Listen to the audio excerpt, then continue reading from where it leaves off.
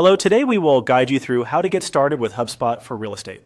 In this walkthrough, we'll take a simple tour through the main navigation areas inside HubSpot so you can start getting comfortable with the platform. If you're new to HubSpot and using it for real estate, this overview is a helpful way to understand where the core tools live and how the workspace is organized. Begin on the HubSpot home screen. This is your starting point and the place where you can access the major parts of your account. Once you're here, look to the main navigation and click on CRM.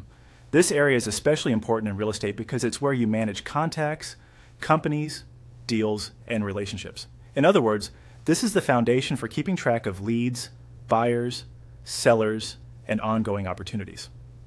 Next, click on Marketing. This section is where HubSpot groups tools related to outreach and audience engagement.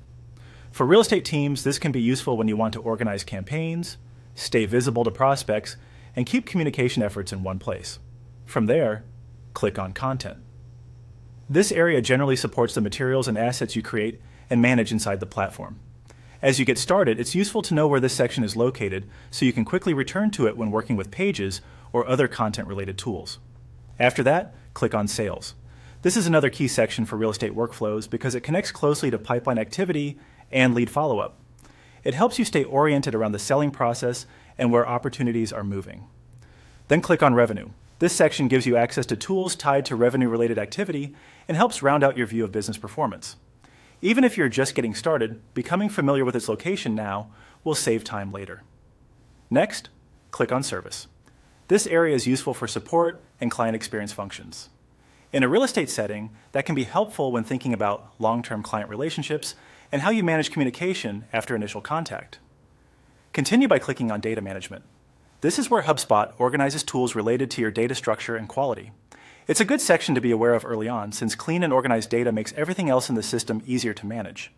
Then click on Automation. This area is designed for streamlining repetitive tasks and creating more efficient workflows. As your process grows, this section can become especially valuable. Finally, click on Reporting. This is where you can review performance and track results across your activities. Getting familiar with reporting early helps you understand how HubSpot supports visibility and decision-making. That completes this quick introduction to getting started with HubSpot for real estate. As a tip, repeating this navigation once or twice can make the platform feel much more intuitive.